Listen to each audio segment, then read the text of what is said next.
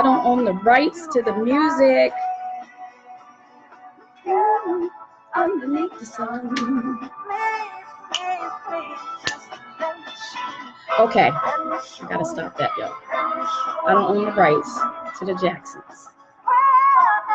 Okay, let me turn that off. Okay, I wanted to do this live today. This is Lisa Scott, by the way. Wanted to do this live this morning, and I hope that you are feeling as wonderful as I am this morning. I went to bed laughing, and I woke up singing and dancing as I woke up yesterday dancing, and I hope you're doing the same. I wanted to do this Facebook Live because I came upon a quote by Eckhard Tolle, and it made me dance right out of the bed and say that I wanted to do a Facebook Live.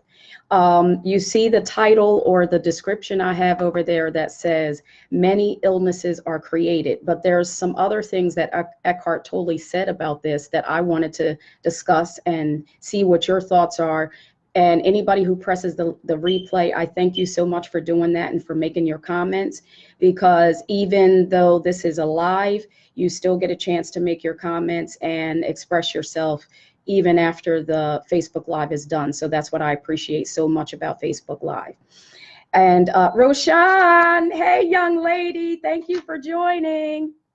Roshan, what I'm talking about right now, and everybody else who decides to listen to this, hey, Brenda, is, as I said, in the description I started with, many illnesses are created, but I'm going to finish telling you the rest of what Eckhart Tolle said about this.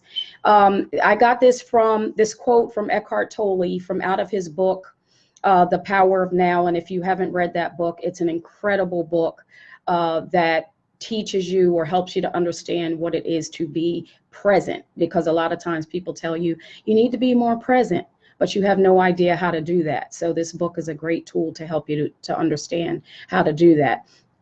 And in the book, something jumped out to me where Eckhart said many illnesses are created through fighting against the cycles of low energy, which are vital for regeneration. The compulsion to do and the tendency to derive your sense of self-worth and identity from external factors, such as achievement, is an inevitable illusion as long as you identify it with your mind. This makes it hard or impossible for you to accept the low cycles and allow them to just be. Thus, the intelligence of the organism, which is you, will take over as a protective measure and create an illness in order to force you to stop so that the necessary generation can take place. And I think that this is absolutely incredible. Hey, Ray, thank you so much for joining. How many, if I can get this to be a little interactive, how many of you that are watching right now believe, by show of, clicking the like button, hearts or whatever, believe what was just stated? That if you don't pay attention to what your body is telling you, that your body is going to rise up and say, okay, you don't want to pay any attention? Then okay, this is what's about to happen because you're not paying any attention. And I just want to share, from my own experience, that when you are comparing yourself, I'll use this as an example, and I'll talk about myself in terms of being in the online space. And when you're in the online space as a business owner, you are constantly being told what it is you're supposed to be doing, how often you're supposed to be showing up, you're supposed to be on this platform, you're supposed to be on that platform. So as you are paying attention, more attention to what's being said on the outside of yourself, as opposed to paying attention to what you are saying from within yourself, what you are getting from yourself, you start to identify, or you start to pay more attention to what somebody else is saying rather than what your own body is telling you. And yes, it can be if you're not used to paying more attention to yourself than you are to others, and you hear this type of message within yourself saying you need to slow down, you need to, stop for a minute. If you hear that type of message from within yourself, it can be a little scary when you're comparing yourself to other people, that you're going to slow down while everybody else appears to be speeding up. And you might possibly question and say, well, how the heck am I supposed to get anything done if I need to slow down, if I need to do this? But in actuality, if you'll stop and pay attention to the patterns of whatever's going on, even though you might be achieving something, even though you might be, quote unquote, doing well or whatever from the external, what's your body telling you? What is going on with your body? What are those marks you're missing from within yourself because you're not paying any attention to what's going on with yourself? What are those marks that you're missing that could make you feel so much better? What are those marks that you're missing from within yourself that could make you feel healthier? That your body and you are the only ones who know what's really going on versus what it appears to be on the outside. And so your body's going to slow you down and tell you, hey, wait a minute, you need to slow up and pay attention. I've had to do it many times, because I was going to say that we're a work in progress, but that connotates that we're not perfect already, and we are. We are absolutely perfect already. However, we are still growing, expanding. We're still getting to understand ourselves even more from the inside. And because of that, we do need to slow down and pay attention to what we're saying to ourselves. How are we self-identifying? And if our self-identification has to do with the state of constantly being in a state of doing, as opposed to being in a state of being and being present within ourselves, then the body will show exactly what that's going to end up looking like. So I just wanted to stop and really hone in on this quote, and I'm going to read it again. Many illnesses are created through fighting against the cycles of low energy, which are vital for regeneration.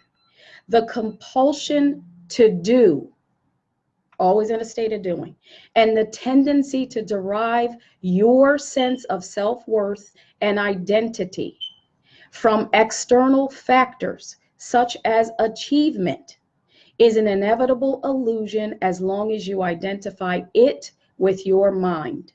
This makes it hard or impossible for you to accept the low cycles and allow them to be. If you see my eyes cutting over, it's because I'm reading from my Facebook page.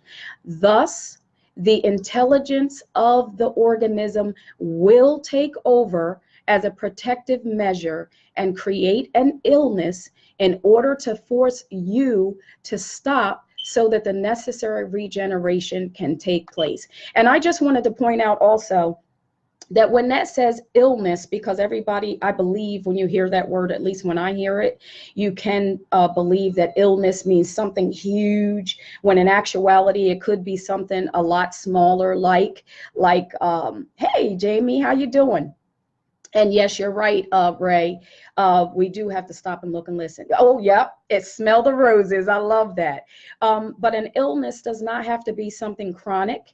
It can be something temporary. It can be something like a sore throat, like me. Right now, I have a sore throat, but I know what that's about. I have this dry heat going on in my house.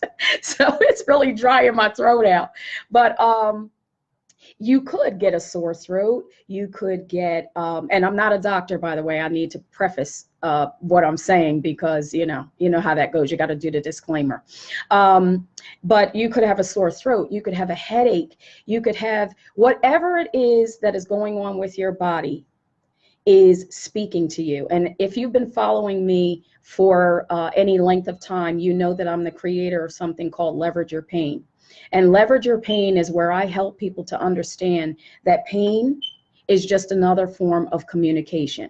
And that form of communication is there to help you to, first of all, pay attention. It's saying, hey, something's going on here, help you to pay attention. But that pain is also there to help you to understand whatever the next steps are.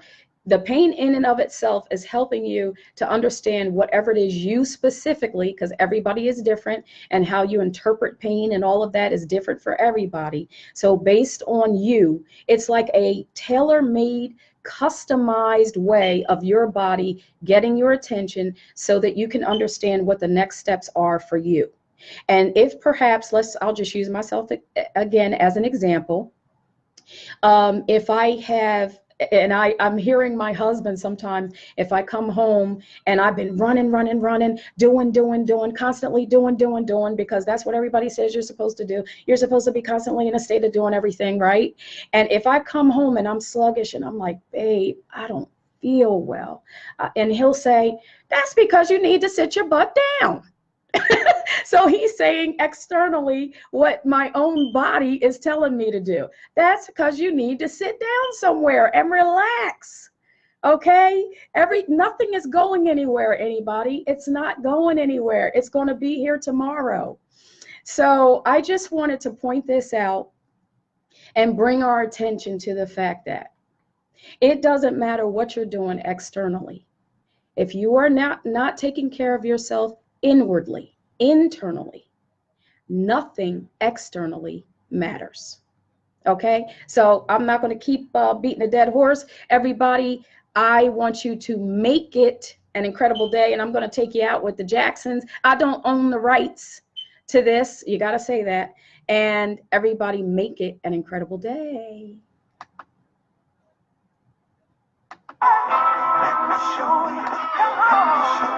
Make it an incredible day, everybody.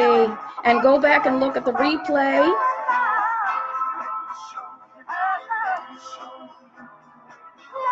Bye, everybody. Let me show you. Let me show you.